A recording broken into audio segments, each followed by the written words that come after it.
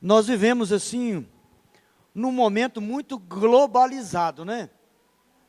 A internet, a televisão, as mídias de comunicação, elas tomam conta do nosso tempo. Louvado seja Deus por isso, né, Milton? Milton, essa semana, ele falou assim: pastor, eu não gosto desse negócio, né? De WhatsApp, de Instagram, não sei nem como é que funciona. Mas não tem jeito, meu trabalho, vou ter que fazer esse negócio. Porque ele trabalha com pinturas, e é uma coisa que precisa ser divulgada, né, Milton? Então nós vamos ajudar. Se tiver alguém que aí é artista na área de mídia social, ajude o Milton, nós vamos fazer isso. Não tem jeito, ela nos engole.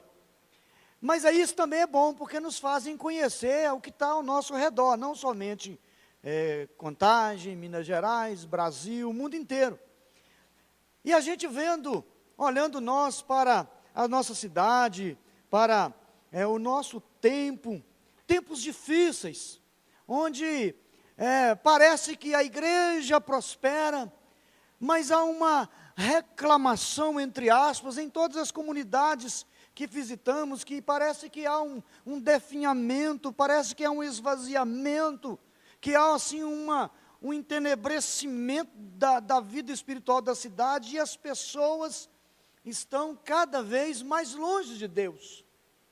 Aí esta semana eu estava pensando, e fiz uma lista de alguns homens, que eu pensei assim: eu vou vender todos os meus bens, se eu pudesse fazer isso, e investir todos esses recursos dos meus bens, que o meu maior é a minha esposa, é o único bem que eu tenho. Se eu ir no banco chamar minha mulher de meu bem, o banco toma ela, né? Um bem maior. Mas se eu fizer uma lista de todos esses bens e conseguir dispô-los e falar assim: olha, eu vou contratar, eu vou chamar, ou eu vou investir, pelo menos nos 5, 6 maiores pregadores do nosso tempo, para que durante um ano, cada semana, um mês, eles viessem aqui em Contagem, na nossa igreja. Lógico, né, Milton? Eu acho que não caberia. Na nossa igreja, ou numa praça da cidade, toda semana. Me ajude a lembrar os nomes. Nós sabemos, né? Por exemplo, chamar o Hernandes Dias Lopes. Quem conhece Hernandes? Todo mundo conhece, né?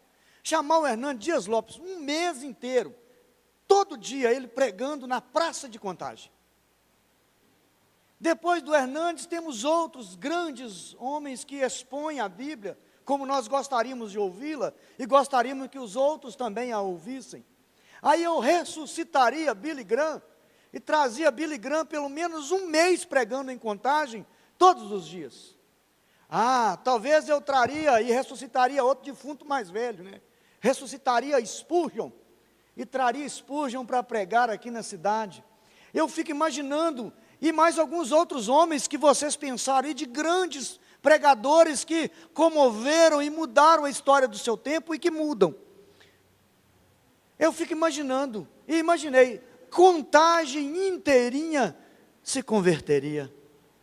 Li um livro chamado Manual de Discipulado, onde um pregador, lembra do nome dele, Danilo? Manual de Discipulado, ou Manual Pastoral de Discipulado, esqueci o nome do autor. A história nos conta que no século XVIII, ele entra numa pequena cidade inglesa, e ele começa a pregar o evangelho naquela cidade, e quase a totalidade da cidade se converte ao nome do Senhor. Ele ensina a cidade a ler, porque o povo era analfabeto, era uma pequena cidade no interior da Inglaterra, e a cidade inteira se converte. Eu fico imaginando, isso ia acontecê-lo. Talvez eu ressuscitaria ele também, e traria. Contagem inteirinha se converteria por causa dos nomes, dos homens que Deus enviaria por intermédio dos nossos recursos e traria, não é verdade? Seria um rebuliço nessa cidade. E a partir desse pensamento, essas locubrações loucas que a gente tem, eu fui ler um texto das Escrituras e eu vi o quanto eu estava enganado. Eu te convido a ler as Escrituras Sagradas, Evangelho de Lucas, no capítulo 19.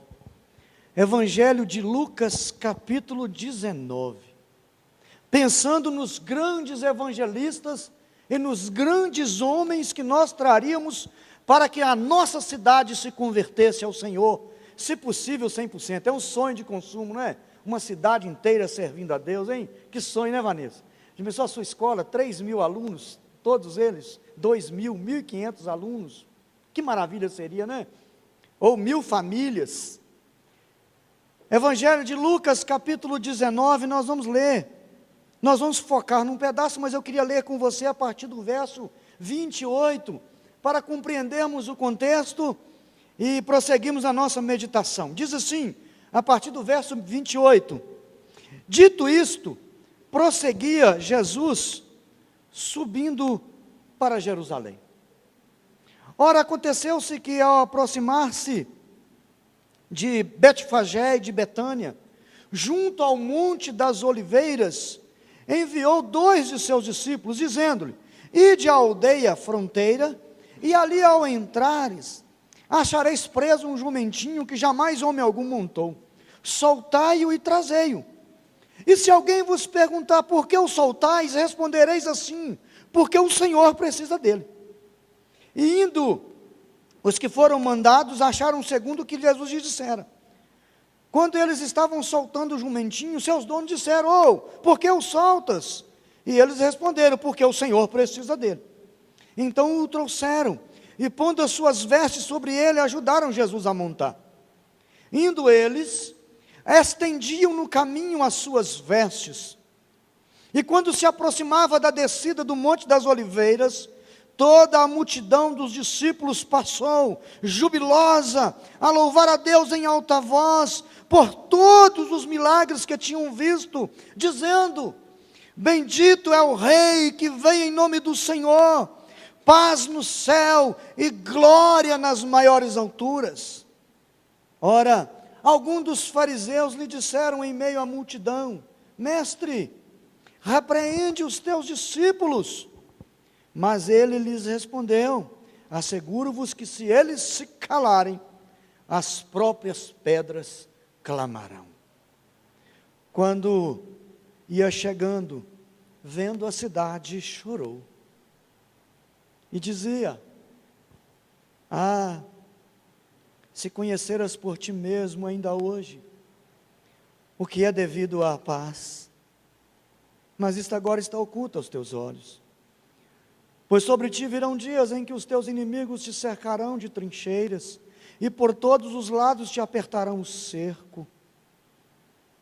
Não te deixarão, te arrasarão aos teus filhos dentro de ti. Não deixarão em ti pedra sobre pedra, porque não reconheceste a oportunidade da tua visitação. Senhor Jesus, a tua palavra, lida, escutada, e agora precisamos meditar nela, que a iluminação do Espírito Santo do Senhor encha o nosso coração de esperanças, expectativas, leva cativo o nosso pensamento ao pensamento de Cristo.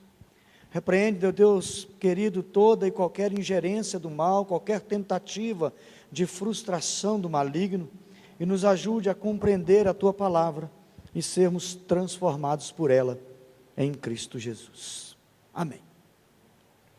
O Novo Testamento nos informa claramente que Jesus chorou pelo menos 3 vezes durante o seu ministério. Provavelmente ele possa ter chorado mais vezes, normal, capaz de sim, visto a personalidade, visto a essência do ser do nosso Senhor Jesus Cristo. Mas os evangelhos relatam que no mínimo 3 vezes o Senhor Jesus chorou, 3 ocasiões distintas. A primeira ocasião é quando ele se depara, ou quando ele recebe a notícia da morte do seu amigo, da enfermidade do seu amigo Lázaro, e quando ele visita a família, encontra o seu amigo Lázaro já sepultado há 3 dias, no 4º dia de sepultamento, e já putrefado, né? Cheirando mal. Jesus chora pelo seu amigo.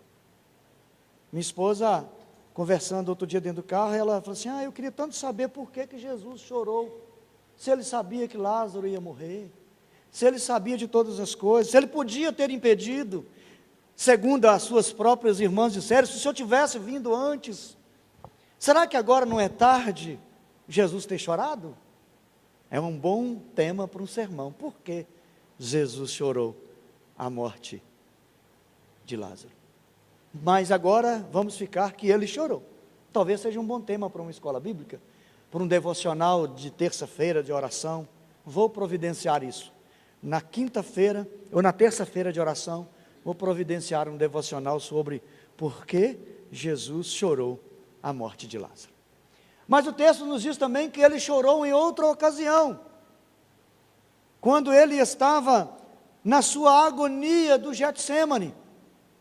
Os evangelhos não nos dizem que ele chorou, os evangelhos relatam que ele suou sangue, que ele teve uma manifestação dolorosa, mas o escritor de Hebreus, no capítulo 5, verso 7, vai nos dizer que ele, com forte clamor e com lágrimas, derramaram o seu coração diante daquele que podia lhe livrar daquela hora. Mesmo assim ele foi fiel até o fim. Jesus chorou na agonia do Getsêmani. E a outra ocasião que o Novo Testamento nos diz que Jesus chorou, foi quando ele chega agora na cidade de Jerusalém, que está aqui no Evangelho de Lucas capítulo 19, em Mateus 21, em Marcos 11, e João capítulo 12. Todos os 4 evangelhos relatam esta situação. Jesus vai chegando a Jerusalém, pela sua última passagem, ainda vivo, antes da sua morte e ressurreição sobre Jerusalém, e ele chora sobre a cidade. E este choro, que o Evangelho aqui relata, não é um choro somente o verter lágrimas, mas a palavra, nos textos originais aqui, relatam um choro, que é um choro com gemidos, com prantos, com ais, choro de profunda angústia, que Jesus chora sobre a cidade de Jerusalém. Esse choro com gemidos. Por que Jesus chora em Jerusalém? Porque Jesus chora ao vistar a cidade dos altos.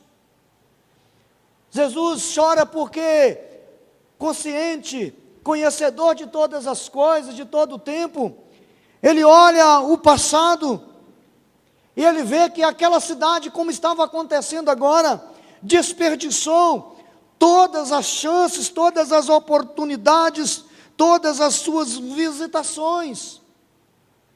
No capítulo 13 do Evangelho de Lucas, Jesus faz um lamento sobre a cidade, dizendo: Jerusalém, Jerusalém, que apedrejas, que mata os teus profetas e apedrejas aqueles que te são enviados. Ele chora porque Jerusalém resiste a todas as investidas de Deus, todos e grandes homens enviados diretamente por Deus, com palavras provenientes da boca de Deus, homens grandes, conectados com Deus, talvez de importância, de espiritualidade, de conhecimento, de relacionamento com Deus, talvez muito mais latentes e patentes do que os profetas da atualidade que eu disse que eu gostaria de chamar para pregar para nós, para que a cidade convertesse.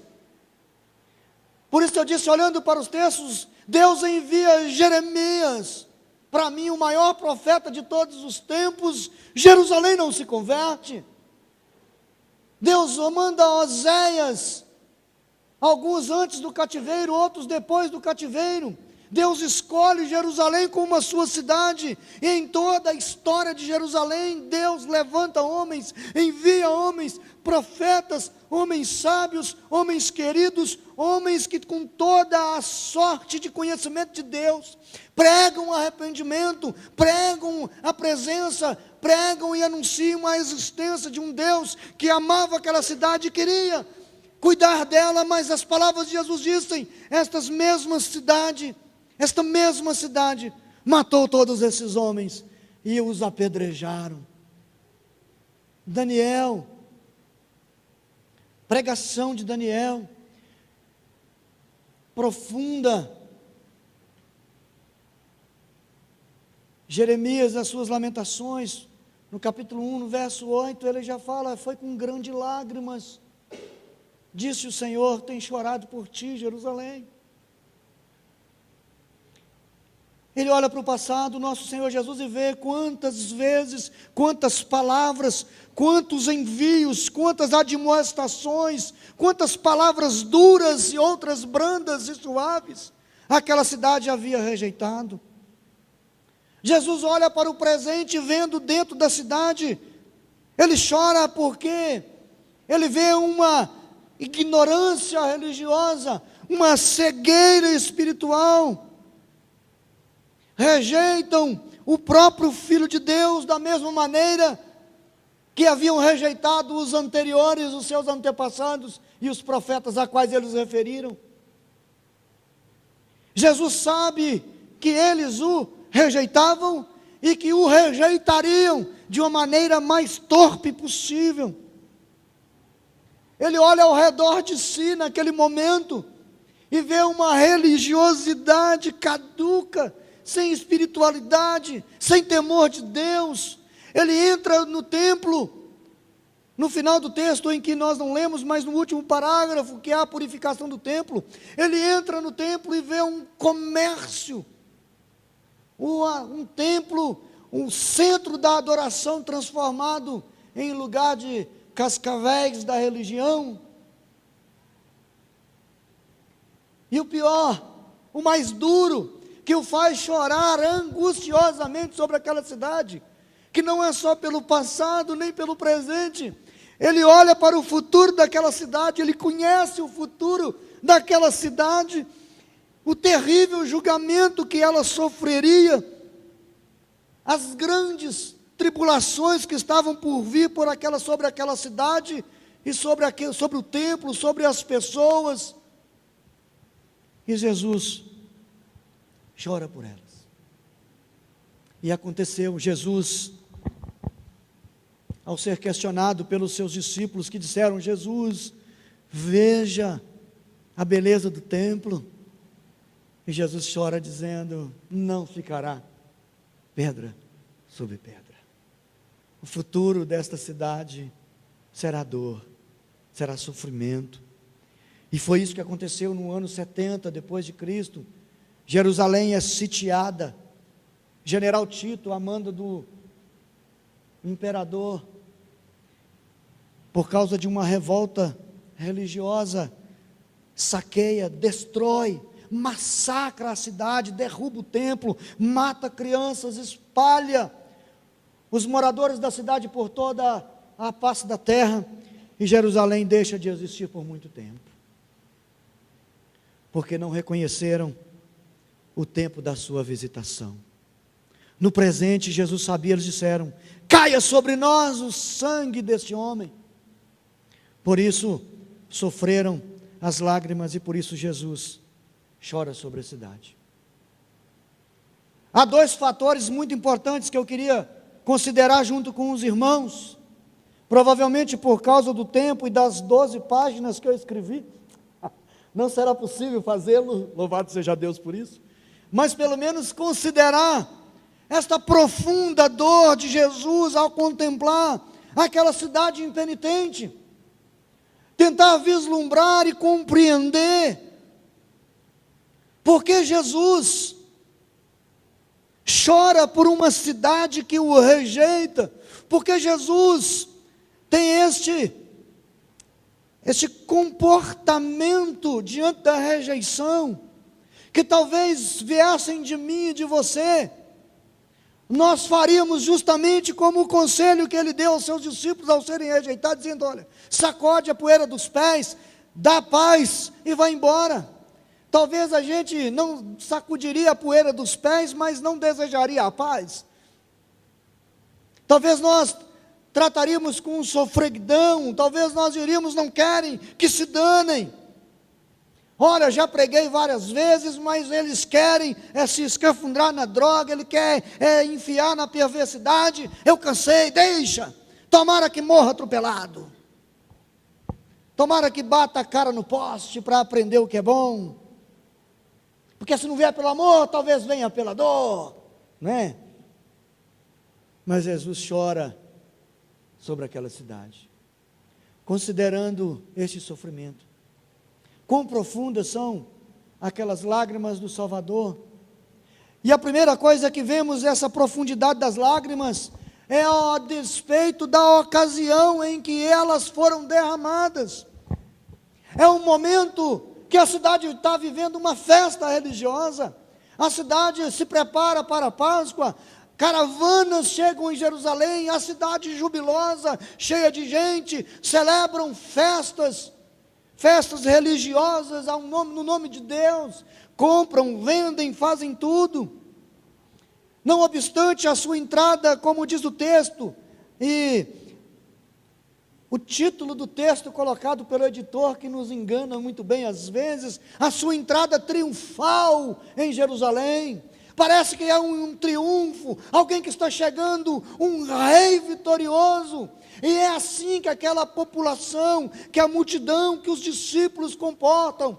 Está chegando o nosso rei vitorioso, a multidão estava celebrando, e enquanto a multidão celebrava, Jesus chorava.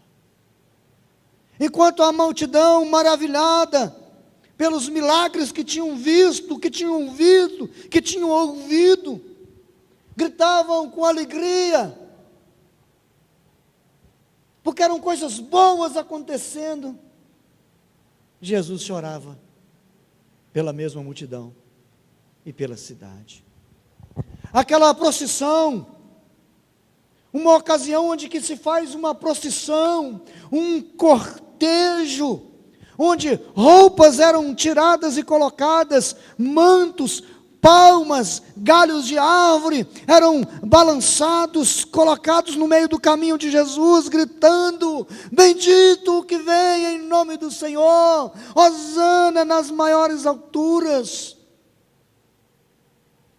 Jesus chora porque sabe que há uma superficialidade naquele louvor, naquela falsa adoração, porque Jesus, conhecedor de todas as coisas, sabe que naqueles dias eles gritavam hosana, mas 3 dias depois gritariam: crucifica-o. A mesma multidão que dizia: bendito é o nome do Senhor, bendito é o rei que vem, é a mesma multidão que gritaria: queremos Barrabás, mate esse homem.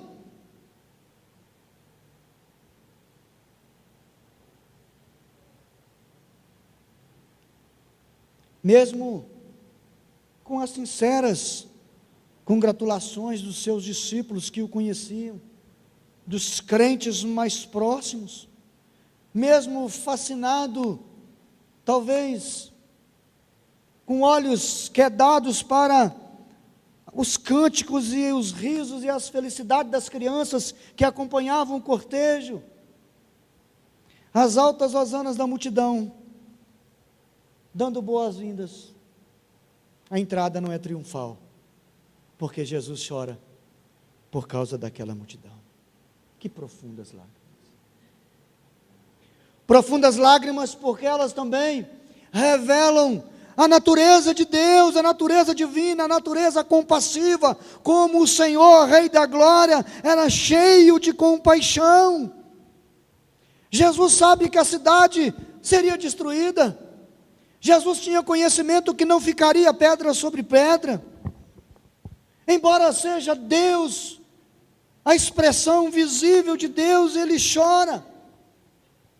Este é o retrato de Deus, na pessoa, na figura de Jesus, na compaixão de Jesus, porque Ele é o Emanuel, o Deus conosco, o Deus que chora por causa daquele povo e daquela cidade, o Deus que chora por minha causa e por sua causa, um Deus que chora conosco e chora por nós, um Deus que se importa conosco e que se importa com o nosso futuro,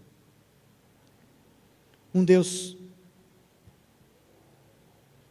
que se relaciona de maneira compassiva com o seu povo.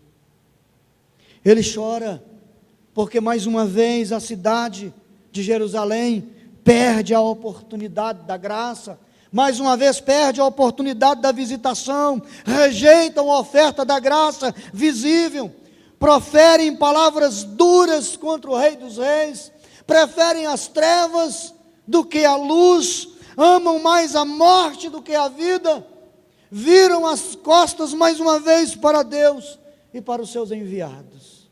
Jesus chora porque aquela cidade não conhece que Deus a ama, não reconhece o amor divino sobre o seu povo. Não é um retrato de um Deus irado, não é um retrato de um Deus insensível, de um Deus distante, indiferente, porque Jesus e o Pai, segundo ele, são um só. É a figura de um Deus compassivo, maravilhoso. Lágrimas que demonstram como Jesus amou aquela cidade. Lágrimas que mostram o sentimento compassivo, perdoador de Jesus, não obstante uma situação, não obstante ser rejeitado, não obstante receber, em vez de uma coroa de ouro, uma coroa de espinhos. Em vez de receber um manto que deveria representar toda a santidade e a beleza, recebe um manto de escarlate, que representa toda a indignidade do homem. Jesus chora por aquela cidade. E eu queria fazer duas breves aplicações sobre esses dois conceitos. Orarmos, tomarmos o suco de laranja, que tem muito suco aí, fizemos 30 litros de suco de laranja, coisa boa. Se você quiser levar para casa, tem. Um garrafão de 5 litros deve custar R$5. Um garrafão de 2 litros, sabe? Uma PET cheia de suco natural de laranja para o café da manhã, deve ter uns 3 lá. Eu vou comprar um e levar para o café da manhã. Fazemos essas duas aplicações, orarmos, batermos um papo, tomarmos um chazinho e viver a nossa vida. Profundas lágrimas de Jesus, que devem nos ensinar, nos mostrar, como nós, os pecadores, como eu e você, precisamos, devemos nos aproximar dele, conhecendo o tempo desta visitação, conhecendo o tempo desta manifestação de Jesus. Eu e você precisamos nos aproximar dele, e assim como ele chorou por aqueles homens, assim como ele chorou pela humanidade, assim como ele chorou, entregou a sua vida, verteu o seu sangue, derramou, abriu a sua carne, e chorou pelos homens, chorou pelas pessoas, por mim e por você, orou por mim e por você. Eu e você precisamos, quebrantados, com o coração, consternados por causa dos nossos próprios pecados, nos quedar chorando aos seus pés. Eu e você precisamos nos aproximar de Jesus, por causa da sua compaixão, por causa da sua dor, quebrantados aos seus pés, por causa dos nossos pecados, por causa da nossa natureza pecaminosa, por causa do nosso jeito de viver, por causa do nosso jeito de olhar para as pessoas, por causa do nosso jeito de olhar para o irmão, para aqueles que estão conosco, que não estão, para aqueles que andam conosco, que não andam conosco. Profeta Joel, no capítulo 2, verso 12, ele revela a natureza de Deus e a importância de eu e você nos quebrantarmos aos seus pés. Ainda assim, agora mesmo, diz o profeta Joel, diz o Senhor, convertei-vos a mim com choro, com jejuns, com pranto, com lágrimas e com quebrantamento de coração. Eu e você precisamos chorar aos pés do Senhor pela nossa própria vida.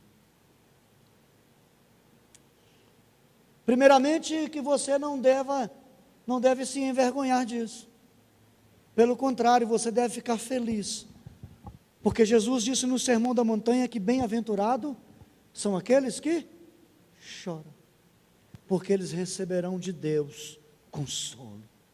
Aqueles que choram quebrantados e derramam as suas lágrimas por causa dos seus pecados, serão eternamente perdoados.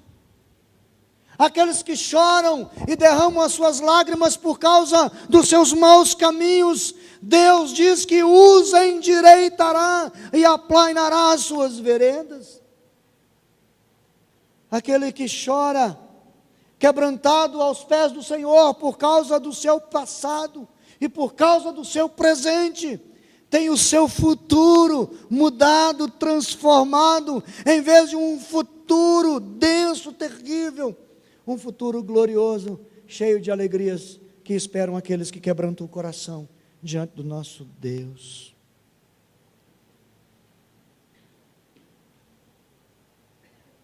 Profundas lágrimas que devem nos ensinar, que devem fazer a mim e a você, a cada um de nós que está aqui nesta noite, pensar no destino que nos está proposto.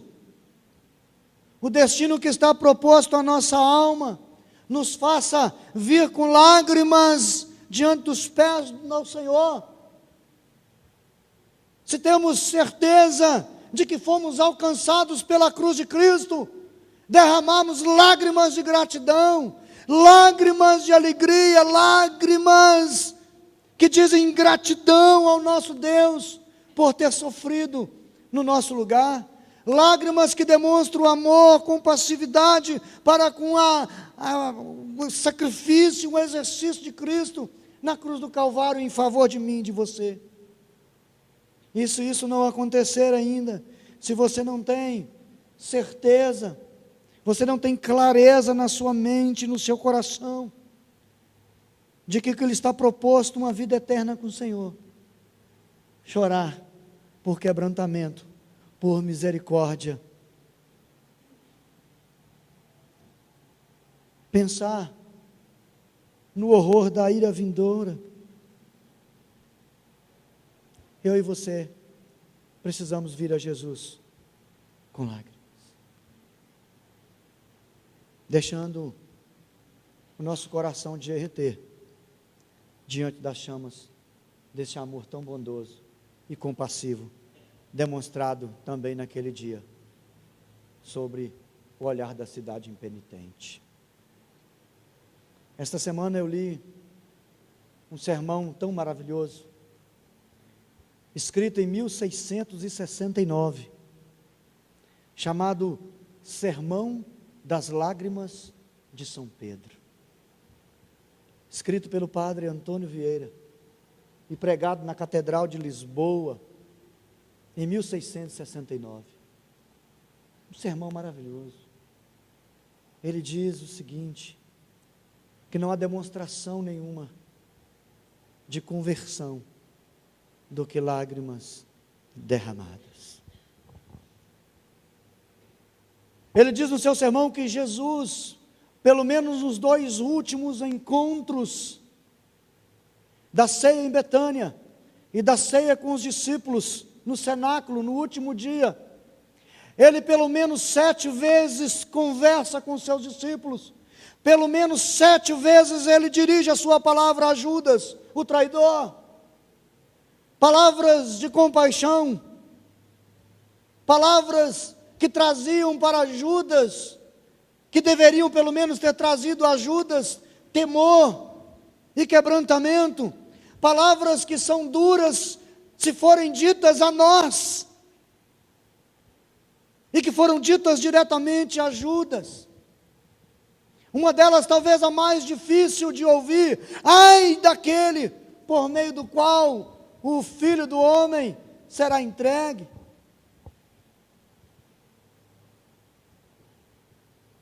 Mas ele diz que naquela noite, ao cantar do galo, o olhar de Jesus para o olhar de Pedro faz Pedro chorar amargamente. Chorar por arrependimento, derramar lágrimas, porque sabemos que não somos melhores, quiçá próximos de Pedro e dos outros apóstolos. Chorar porque nós somos muito mais inferiores, talvez iguais, demais.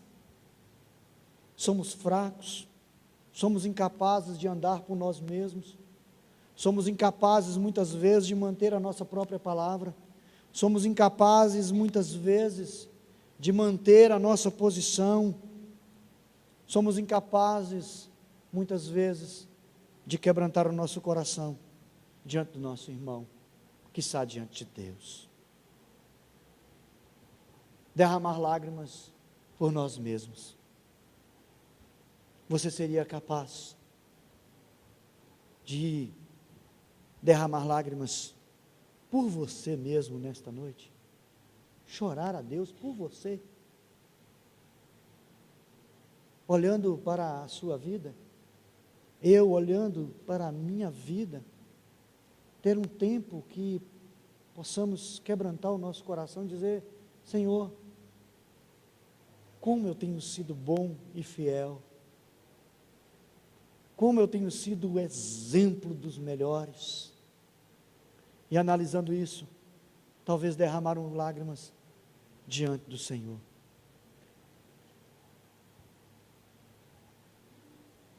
E no melhor modelo de Cristo Jesus, essas lágrimas tão profundas que Cristo derrama sobre aquela cidade impenitente, nos são uma admoestação, um exemplo, um ensino para nós, que já quebrantamos o nosso coração, que já temos sobrenome de cristãos, temos títulos de crentes, daqueles que já se converteram, herdeiros do céu, herdeiro das promessas gloriosas do eterno. Graças a Deus, é verdade, isso é bom, nós temos essas promessas. Nós que fomos alcançados pela graça do Evangelho, Jesus nos fazemos essa aplicação, que nós que somos alcançados, que conhecemos a graça do Evangelho, o poder da cruz, precisamos ser sensíveis, cheios de compaixão, sensíveis a esta cidade. Nós não podemos, meus irmãos, meditar na eternidade sem lágrimas nos olhos. Nós não podemos falar de céu e de inferno com o coração insensível e com os olhos secos. Nós não podemos olhar daqui de cima, como eu e o Adeildo um dia fizemos, lá de cima da laje, olhamos para a cidade e achamos bonito aquele vento lá do alto do prédio. Olharmos para a nossa cidade, para a nossa família, para os nossos amigos, nossos colegas, aqueles que nos são queridos, olhar para os pecados dessa cidade tão impenitente como Jerusalém dos seus dias, sem derramar lágrimas por nenhuma delas. Nós não podemos, meu irmão, dormir uma noite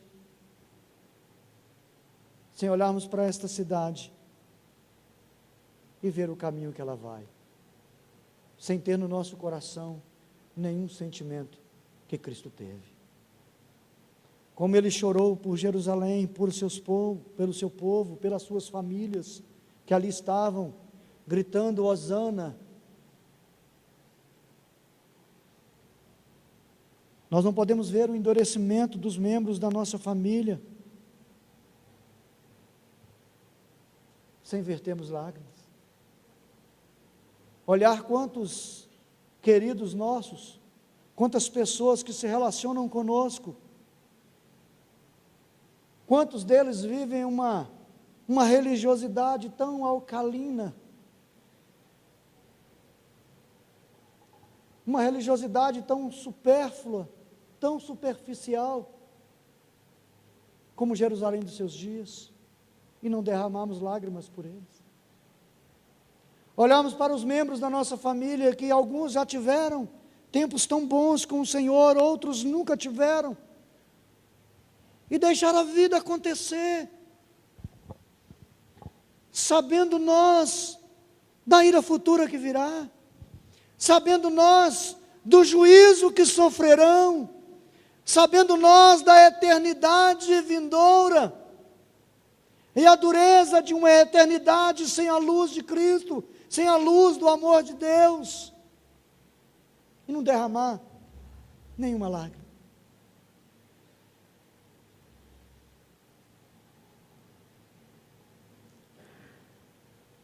William Booth,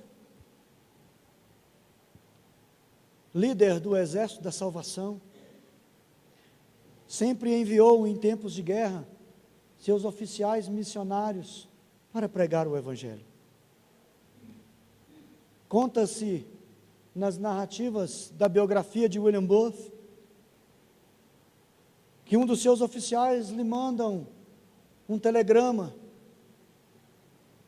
lá do norte da Alemanha, dizendo: mestre, empregamos todos os meios, todos os métodos para levarem os homens dessa cidade a Cristo. Foram todos em vão. Ninguém se achegou a Cristo. Devemos fechar as portas da missão e voltarmos? William Booth devolve o telegrama com a resposta: já experimentaram chorar? E na biografia dizem que eles não vieram, eles ainda ficaram naquela cidade, chorando. O Salmo diz que aqueles que saem gemendo e chorando, semeando com lágrimas, voltarão com júbilo, trazendo os seus muros. Experimente chorar. Experimente olhar para os líderes da nossa nação, chorar por eles. Experimente olhar para os líderes políticos da nossa nação e chorar por eles. Não sei como em Contagem, mas não dá para olhar para o prefeito da nossa cidade, onde moro, Belo Horizonte, sem chorar por ele. Não dá. Que coração impiedoso, fazendo um julgamento às vistas do que a gente conhece, não é? Não dá para olhar para o Senado, para os nossos deputados e não chorar por eles. Não dá para olhar para o carnaval da nossa cidade, os feriados, os botecos, os bares, sem chorar pela nossa cidade. Não dá para olhar para os nossos amigos, os nossos familiares que se perdem, sem chorar por eles. Duas coisas boas aprendemos com Jesus nessa noite. Porque Ele chorou por nós. Eu e você também podemos chorar por nós. Porque Ele chorou profundamente por uma cidade. Eu e você devemos chorar pela nossa. Vamos orar?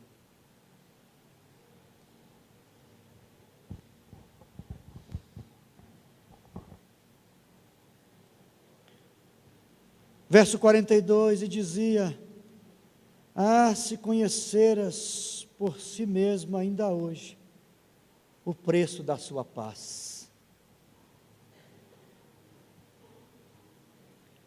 Se você e eu pudéssemos conhecer o preço. Isaías diz: o castigo que nos traria a paz. que foi colocado sobre ele. Jesus disse que para Jerusalém aquilo estava oculto aos seus olhos. Viviam uma cegueira completa.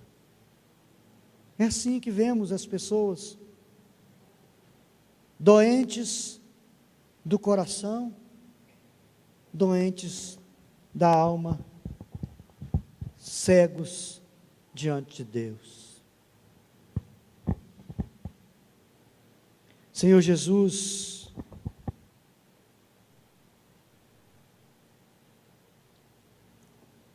que o nosso coração possa se quebrantar diante do Senhor. Não por causa desta pregação, não por causa das palavras ditas pelo vaso, que é fraco, que é falho, mas diante da Tua palavra, diante do Evangelho do nosso Senhor, que mostrou toda a sua compaixão. Nos ensine, Senhor, a ter o mesmo sentimento que houve no Senhor.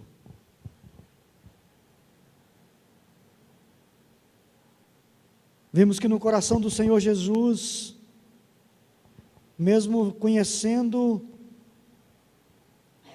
aquilo que seria a resposta ao seu amor,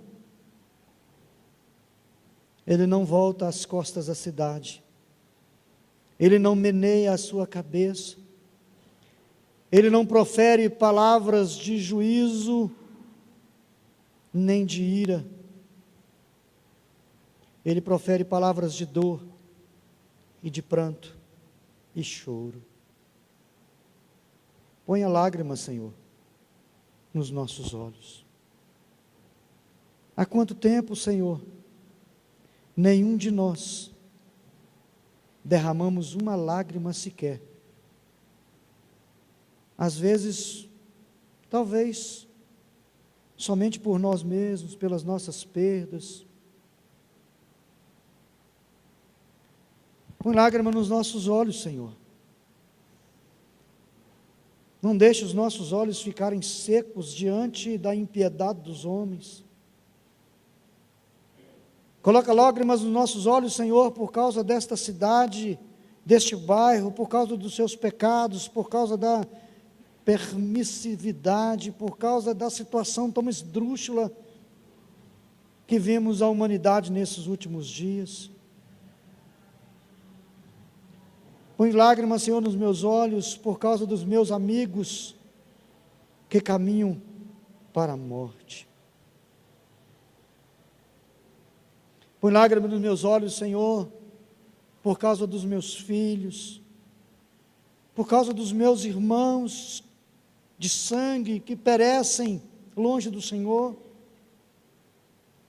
Põe lágrimas, ó Deus, nos nossos olhos, por causa dos nossos líderes, por causa dos nossos irmãos. Põe lágrimas nos nossos olhos, Senhor, por causa daqueles que são fracos, que são frágeis, que estão se quedando à beira do caminho. Não nos deixe sorrir zombeteiramente por causa daqueles que estão fraquejando, Senhor. Nos ponha lágrimas nos nossos olhos, porque eles estão secos há muito tempo. E isso é triste, Senhor.